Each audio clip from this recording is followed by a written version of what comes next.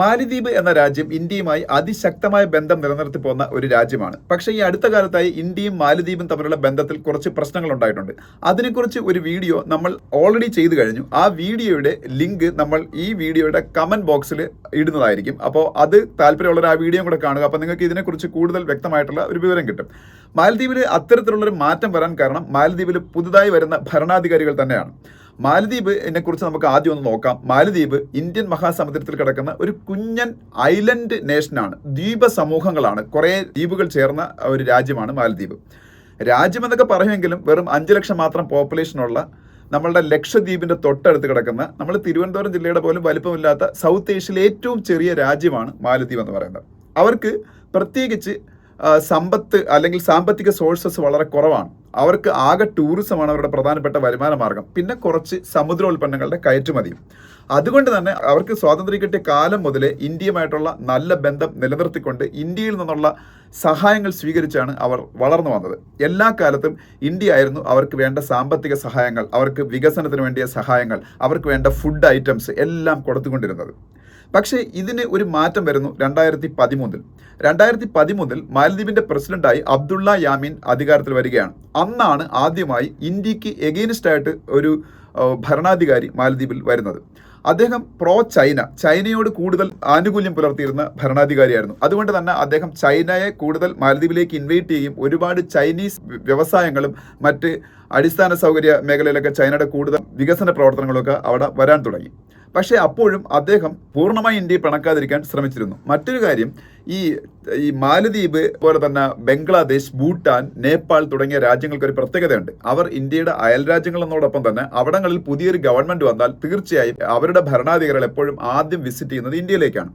ഈ മാലദ്വീപിൽ കടുത്ത ഇന്ത്യ വിരുദ്ധനായിട്ടുള്ള അബ്ദുള്ള യാമീൻ അധികാരത്തിൽ വന്നപ്പോഴും അദ്ദേഹവും ആ ഒരു പതിവ് തെറ്റിക്കാതിരിക്കാൻ ശ്രദ്ധിച്ചിരുന്നു. ഇന്ത്യയിലേക്ക് തന്നെയായിരുന്നു അദ്ദേഹത്തിന്റെ ആദ്യത്തെ സന്ദർശനം. അതിനു മുമ്പ് ഈ 2013 തൊട്ട് 18 വരെയുള്ള അദ്ദേഹത്തിന്റെ ഭരണ കാലഘട്ടത്തിൽ കുറെ അഴിമതികളൊക്കെ ചെയ്തുകൊണ്ട് അദ്ദേഹം ജയിലിൽ പോവുകയും ചെയ്തു. പിന്നീട് 2018 പിന്നീട് ഇന്ത്യക്ക് ഏറ്റവും അനുകൂലമായിട്ടുള്ള ഒരു ഗവൺമെന്റാണ് അവിടെ അധികാരത്തിൽ വരുന്നത്. ഇബ്രാഹിം മുഹമ്മദ് സോലിഹ് എന്ന ഭരണാധികാരിയുടെ നേതൃത്വത്തിൽ ഇന്ത്യക്ക് ഏറ്റവും അനുകൂലമായ ഗവൺമെന്റ് 2018 അവിടെ അധികാരത്തിൽ വരികയാണ്. അവരുടെ പോളിസി തന്നെ ഇന്ത്യ ഫസ്റ്റ് എന്നുള്ളതായിരുന്നു. അപ്പോൾ അവർ 2018 തൊട്ട് 23 വരെ ഭരിക്കുന്നു. 23 ഈ അബ്ദുള്ള യാമീന്റെ അടുത്ത അനുയായി, അബ്ദുള്ള യാമീൻ ജയിലിലാണല്ലോ, അപ്പോൾ അടുത്ത അനുയായിയായിട്ടുള്ള മുഹമ്മദ് മൊയ്സു ഇന്ത്യക്കെതിരെ ശക്തമായ പ്രചരണം ആരംഭിക്കുകയാണ്. ഇത്തരത്തിലുള്ള പ്രചരണങ്ങൾക്ക് ബാക്കിൽ 2 കാര്യങ്ങളാണ്. ഒന്ന്, അവിടുത്തെ ഒരു നാഷണലിസം പ്രൊമോട്ട് ചെയ്യുക, ദേശീയത എന്ന് പറയുന്നൊരു സംഭവം പ്രൊമോട്ട് ചെയ്യുക. 2, റിലീജിയസ് ആയിട്ടുള്ള റീസൺസ് കൊണ്ട് ഒരു ഹിന്ദു രാഷ്ട്രം അല്ലെങ്കിൽ ഹിന്ദുക്കൾക്ക് പ്രാധാന്യമുള്ള രാജ്യമായതുകൊണ്ട് തന്നെ മുസ്ലിങ്ങളുടെ കൂടുതൽ പ്രാധാന്യമുള്ള മാലദ്വീപ്സിൽ അല്ലെങ്കിൽ മുസ്ലിം പോപ്പുലേഷൻ കൂടുതലുള്ള മാലദ്വീപ്സിൽ ഇന്ത്യക്ക് എതിരെ ഒരു നിലപാടെടുക്കുമ്പോൾ കൂടുതൽ വോട്ടുകൾ കിട്ടാനുള്ള സാധ്യത, ഇതൊക്കെയാണ് ഇതിനുള്ള കാരണം എന്ന് പറഞ്ഞത്. അപ്പോൾ എന്തായാലും ഈ മുഹമ്മദ് മൊയ്സു ഇന്ത്യക്കെതിരെ ശക്തമായ പ്രചരണം അഴിച്ചുവിടുകയും ഇന്ത്യ ഔട്ട് ക്യാമ്പയിൻ സ്റ്റാർട്ട് ചെയ്യുകയും ചെയ്തു. അദ്ദേഹം അവിടെ അധികാരത്തിൽ വരികയാണ് 2023 നവംബറിൽ. അദ്ദേഹം ആദ്യം ഉന്നയിച്ച ആവശ്യങ്ങളിൽ ഒരെണ്ണം എന്ന് പറയുന്നത്, ഇന്ത്യ ഈ ഇബ്രാഹിം മുഹമ്മദ് സോലിഹിന്റെ ഭരണകാലഘട്ടത്തിൽ ഒരു ഹെലികോപ്റ്ററും ഒരു യുദ്ധവിമാനവും മാലദ്വീപ്സിന് സമ്മാനമായി കൊടുത്തിരുന്നു നിരീക്ഷണത്തിന് വേണ്ടി. അത് ഇന്ത്യ അവിടെ നിന്ന് പിൻവലിക്കണം. രണ്ടാമതായിട്ട് അതിനെ പരിപാലിക്കാൻ വേണ്ടിയിട്ട് ഇന്ത്യയുടെ കുറെ പട്ടാളക്കാരും അവിടെ ഉണ്ടായിരുന്നു. കുറേ എന്ന് പറഞ്ഞാൽ 10-70 പട്ടാളക്കാർ, അത്ര ആൾക്കാരെ ഉള്ളായിരുന്നു. അവരെ പിൻവലിക്കണമെന്നും ആവശ്യപ്പെട്ടു. ഇന്ത്യ ഇത് അവരുമായിട്ടുള്ള ചർച്ചകൾക്ക് ഒടുവിൽ നമ്മളുടെ പട്ടാളക്കാരെ പിൻവലിച്ചിട്ട് സിവിലിയൻസിന് അവിടെ, അതായത് നമ്മുടെ സാധാരണ എഞ്ചിനീയേഴ്സൊക്കെ ആയിട്ടുള്ള ആൾക്കാരുണ്ടല്ലോ, അവരെ അവിടേക്ക് കൊണ്ടുപോയി ഈ പറഞ്ഞ വിമാനങ്ങൾ ഇപ്പോഴും അവിടെ തന്നെ ഉണ്ട്. ആ വിമാനങ്ങളുടെ പരിപാലനം പട്ടാളത്തിനെ മാറ്റിയിട്ട് ഈ സിവിലിയൻസിനെ ഏൽപ്പിച്ചു. എന്നിട്ട് വളരെ ശക്തമായിട്ടുള്ള കടുത്ത ഇന്ത്യ വിരുദ്ധ നിലപാടുകൾ എടുത്തുകൊണ്ട് മൊയ്സു ആദ്യം പോയത് ചൈനയിലേക്കായിരുന്നു. ചൈനയിലേക്ക്, പിന്നെ UAE-യിലേക്ക്, പിന്നെ ടർക്കി എന്ന് പറയുന്ന രാജ്യം. ടർക്കി എന്നാണ് ആ രാജ്യത്തിന്റെ പഴയ പേര്, ഇപ്പം അതിന്റെ പേര് ടർക്കി എന്നാണ്. ഈ 3 രാജ്യങ്ങളിലേക്കാണ് പോയത്. ഇന്ത്യയിലേക്ക് അദ്ദേഹം സന്ദർശനമേ നടത്തിയില്ല. ഒപ്പം അദ്ദേഹം കരുതിയത് ഇന്ത്യയിൽ നിന്നുള്ള ഡിപ്പെൻഡൻസ്, ഇന്ത്യയോടുള്ള വിധേയത്വം കുറച്ചിട്ട് മറ്റു രാജ്യങ്ങളുമായിട്ട്, ഞാൻ പറഞ്ഞ 3 രാജ്യങ്ങളല്ലാതെ പിന്നീട് US, UK ഇതുപോലുള്ള രാജ്യങ്ങളുമായിട്ടുള്ള ബന്ധങ്ങളും കൂടെ ഇംപ്രൂവ് ചെയ്തുകൊണ്ട് മാലദ്വീപ്സിന് കൂടുതൽ ഇന്ത്യയിൽ നിന്നുള്ള വിധേയത്വം കുറച്ച് കൂടുതൽ ഇൻഡിപെൻഡന്റ് ആക്കുക അവരുടെ വിദേശ നയം എന്നാണ് അദ്ദേഹം കരുതിയത്. അപ്പോൾ അതിന്റെ ഭാഗമായിട്ട് അദ്ദേഹം ചൈനയിൽ പോയിട്ട് ചൈനയിൽ ഏതാണ്ട് ഒരു 20ഓളം എഗ്രിമെന്റ്സ് ആണ് ഈ വർഷം ജാനുവരിയിൽ അദ്ദേഹം സൈൻ ചെയ്തത്. ആ 20ഓളം എഗ്രിമെന്റുകളുടെ കൂട്ടത്തിൽ ചൈനയും മാലദ്വീപും തമ്മിലുള്ള പ്രതിരോധ സഹകരണം മെച്ചപ്പെടുത്തൽ, അവർ തങ്ങളുടെ കച്ചവടം മെച്ചപ്പെടുത്തൽ, ഒപ്പം ഒരുപാട് ഡെവലപ്മെന്റൽ ആക്ടിവിറ്റീസിന് ചൈനയുടെ സഹായം, അതുപോലെ ചൈനയുടെ കണക്ടിവിറ്റി പ്രോജക്റ്റായ ബെൽറ്റ് ആൻഡ് റോഡ് ഇനിഷ്യേറ്റീവ് എന്ന് പറഞ്ഞ പ്രോജക്റ്റ് മാലദ്വീപ്സിലേക്കും കൂടെ അത് പണ്ടേ വ്യാപിപ്പിച്ചിട്ടുണ്ട്. അത് കൂടുതൽ ശക്തമായി മുന്നോട്ട് കൊണ്ടുപോവുക, അങ്ങനെ കുറേ കാര്യങ്ങൾ ചൈനയുടെ മാലദ്വീപിന്റെ ഇടയിൽ അദ്ദേഹം എഗ്രിമെന്റ് ആയിട്ട് സൈൻ ചെയ്തു. പക്ഷെ പിന്നീട് സംഭവിച്ച കാര്യം എന്താണെന്ന് വെച്ചാൽ ചൈന യഥാർത്ഥത്തിൽ ചൈന വിശ്വസിക്കാൻ കൊള്ളാത്ത ഒരു രാജ്യമാണ് എന്ന് യഥാർത്ഥത്തിൽ ഈ മാലദ്വീപിന് മുൻപേ മനസ്സിലാക്കാൻ പറ്റുമായിരുന്നു. കാരണം ശ്രീലങ്കയുടെ അവസ്ഥ നോക്കിയാൽ മതി. ശ്രീലങ്കയിലും ഇതുപോലെ ഇന്ത്യ വിരുദ്ധമായിട്ടുള്ള ഒരു ഗവൺമെന്റ് ഒരു 2010 കാലഘട്ടത്തിൽ അധികാരത്തിൽ വരികയാണ് മഹിന്ദ രാജപക്സെയുടെ നേതൃത്വത്തിൽ. അന്ന് ഇന്ത്യയെ വിട്ടിട്ട് അവർ ചൈനയുടെ പുറകെ പോയി. അപ്പോൾ എന്ത് സംഭവിച്ചെന്ന് വെച്ചാൽ ചൈന ഒരുപാട് ഡെവലപ്മെന്റ് അസിസ്റ്റൻസ് എന്നുള്ള പേരിൽ ഒരുപാട് കടം കൊടുക്കും ഈ രാജ്യങ്ങൾക്കെല്ലാം. ഇതിന് ചൈനീസ് ഡെറ്റ് ട്രാപ്പ് എന്നുള്ള പേരിലാണ് ഇപ്പോൾ ലോകം വിളിക്കുന്നത്. അതായത് കടക്കെണിയിൽ മറ്റ് രാജ്യങ്ങളെ പെടുത്തുക. അതാണ് ചൈനയുടെ പരിപാടി. അവർ കടം കൊടുത്തതിന് ശേഷം വലിയ പലിശ വാങ്ങും, ഓരോ പ്രോജക്റ്റുകൾക്കായി കടം കൊടുക്കുന്ന. അപ്പോൾ ഒരു ഉദാഹരണം പറയുകയാണെന്നുണ്ടെങ്കിൽ ശ്രീലങ്കയിൽ അവർ ഇന്ത്യയോട് ചേർന്ന് ഹമ്പൻടോട്ട എന്ന് പറഞ്ഞൊരു പോർട്ട് ഉണ്ടാക്കി.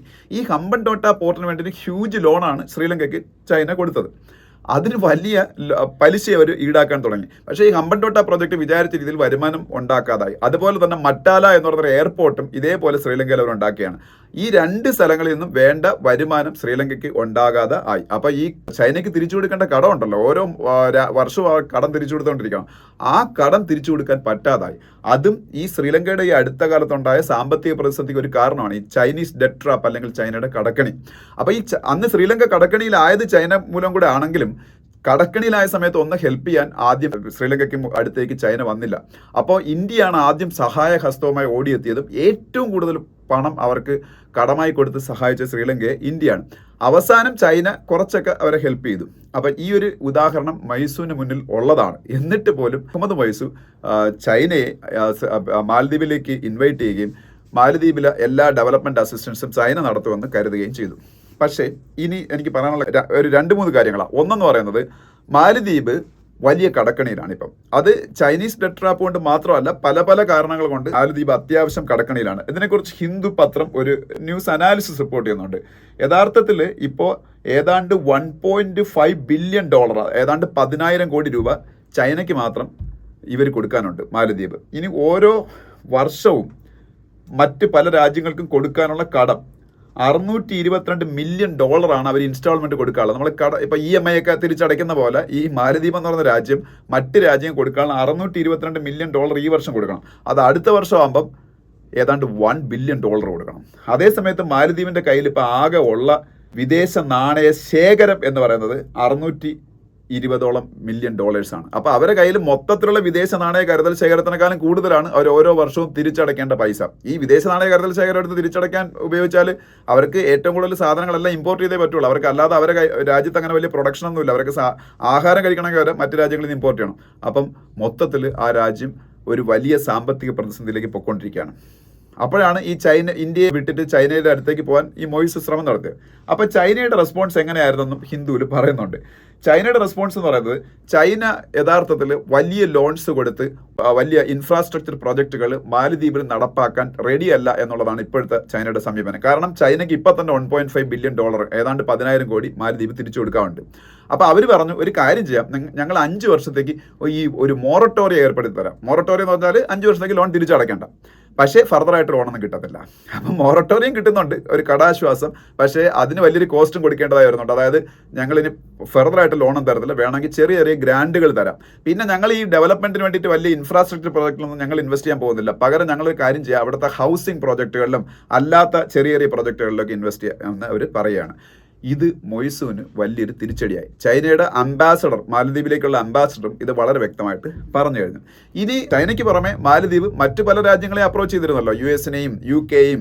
അതിനൊക്കെ അപ്രോച്ച് ചെയ്യാനുള്ള കാരണമുണ്ട്. ഈ ഇന്ത്യൻ ഓഷനിലെ ഏറ്റവും സ്ട്രാറ്റജിക് ലൊക്കേഷനിലാണ് മാലദ്വീപ് എന്ന് പറഞ്ഞ ഈ ചെറിയ രാജ്യം ഇരിക്കുന്നത്. അതുകൊണ്ടാണ് അവർക്കൊരു ഇമ്പോർട്ടൻസ് ഉള്ളത്. അല്ലെങ്കിൽ ആരും മൈൻഡ് ചെയ്യാത്തൊരു രാജ്യമാണ് ഈ മാലദ്വീപ്. അപ്പോൾ ഈ സമുദ്രങ്ങളാണല്ലോ ഇന്നത്തെ എല്ലാ സൂപ്പർ പവേഴ്സിന്റെ ഏറ്റവും വലിയ ശ്രദ്ധാകേന്ദ്രം എന്ന് പറയുന്നത്. സമുദ്രത്തിൽ വലിയ അധീശത്വം ഉണ്ടാക്കിക്കൊണ്ട് ആ രാജ്യത്തിന്റെ ശക്തി സമുദ്രത്തിലെമ്പാടും വ്യാപിപ്പിക്കുക എന്നുള്ളതാണ് ഓരോ വലിയ ശക്തിയുടെയും, ഓരോ വലിയ ശക്തിമത്തായ രാജ്യങ്ങളുടെയും ലക്ഷ്യം. ചൈന സൗത്ത് ചൈന സീയിലും ഇൻഡോ പസഫിക് മേഖലയിലും ചെയ്തുകൊണ്ടിരിക്കുന്നതും അമേരിക്ക ലോകം മുഴുവനുള്ള സമുദ്രങ്ങളിൽ ചെയ്തുകൊണ്ടിരിക്കുന്നതും ഇന്ത്യ ഒരു പരിധിവരെ ഇന്ത്യൻ ഓഷനിലും ഇന്ത്യ പസഫിക് മേഖലയിലും ഒക്കെ ചെയ്യാൻ ശ്രമിക്കുന്നതൊക്കെ അത് തന്നെയാണ്. അപ്പോൾ ഈ മാലദ്വീപിന്റെ സ്ട്രാറ്റജിക് ലൊക്കേഷൻ, ഏറ്റവും പ്രധാനപ്പെട്ട കപ്പൽ ചാലുകൾക്ക് അടുത്തുള്ള അതിന്റെ ലൊക്കേഷൻ, അതൊക്കെ കൊണ്ടാണ് മാലദ്വീപിനൊരു ഇമ്പോർട്ടൻസ് ഉള്ളത്. അതുകൊണ്ട് അമേരിക്കയെ വരെ മാലദ്വീപിലേക്ക് അട്രാക്ട് ചെയ്യാൻ കഴിയും എന്നൊരു ആത്മവിശ്വാസം അവർക്കുണ്ടായിരുന്നു. അപ്പോൾ അമേരിക്കയിലേക്കും UK-യിലേക്കൊക്കെ അവർ പോയി ഓരോരോ ഇൻവെസ്റ്റ്മെന്റ് പ്രപ്പോസൽസുമായിട്ട്. പക്ഷേ അവരെല്ലാവരും പറഞ്ഞത് വലിയ ഫണ്ടുകൾ തന്ന് സഹായിക്കാൻ ഞങ്ങൾക്ക് ഇപ്പോൾ കഴിയത്തില്ല, ചെറിയ ചെറിയ ഡെവലപ്മെന്റ് പ്രോജക്റ്റുകൾക്ക് ഞങ്ങൾ വേണമെന്നുണ്ടെങ്കിൽ ഫണ്ട് എന്ന് സഹായിക്കാം എന്ന് മാലദ്വീപിനോട് പറയുകയാണെന്ന്.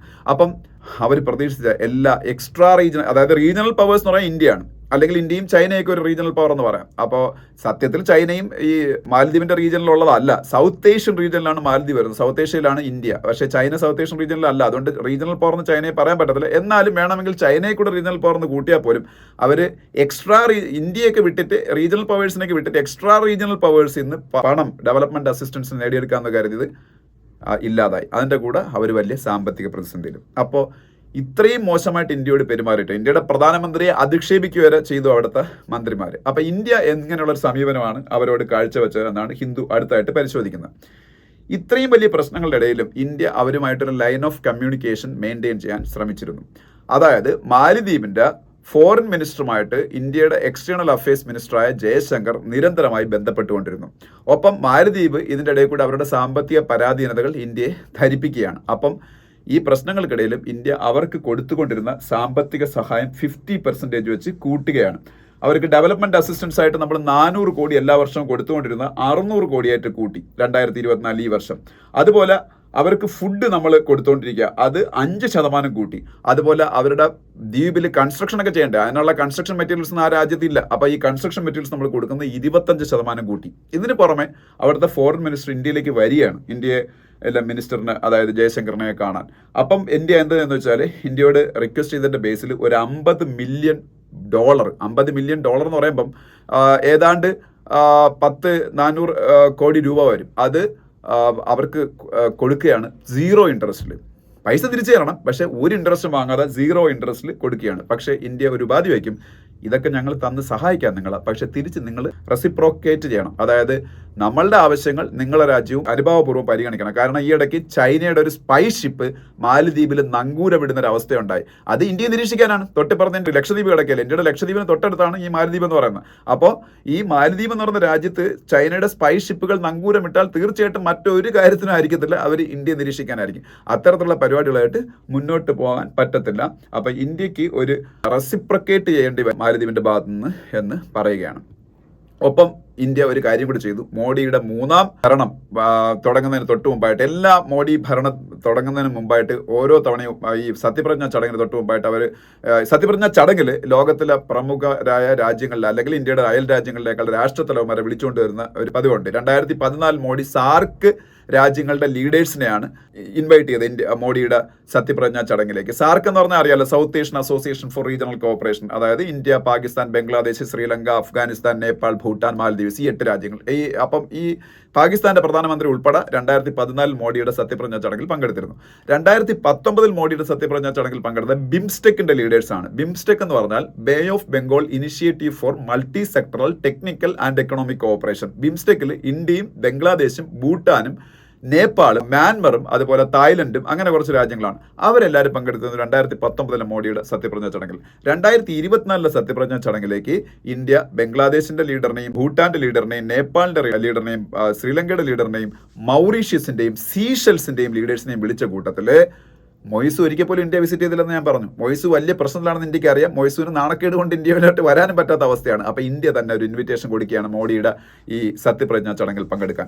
അദ്ദേഹം അത് ഹോൾ ഹാർട്ടഡ്ലി അക്സെപ്റ്റ് ചെയ്യും. മൊയ്സു ഇന്ത്യയിലേക്ക് വരും. വന്നതിന് ശേഷം നമ്മളുടെ ജയശങ്കറുമായിട്ടും പ്രധാനമന്ത്രിയുമായിട്ടും ചർച്ചകൾ നടത്തുകയാണ്. അതായത് മൊയ്സുവിൻ്റെ തുടക്കത്തിലുള്ള ഫോറിൻ പോളിസിയിൽ അല്ല ഇനി മുമ്പോട്ട് പോകാൻ പോകുന്നത്. കാരണം ചൈനയുമായി പൂർണ്ണമായിട്ടും ചൈനയെ ഡിപ്പെൻഡ് ചെയ്തുകൊണ്ട്, ചൈനയെ പുൽകിക്കൊണ്ട്, ഇന്ത്യയെ ഏലിയനേറ്റ് ചെയ്ത്, ഇന്ത്യയെ ഒഴിവാക്കിക്കൊണ്ട് ഉള്ളൊരു വിദേശ നയമായിരുന്നു ആദ്യം സ്വീകരിച്ചത്.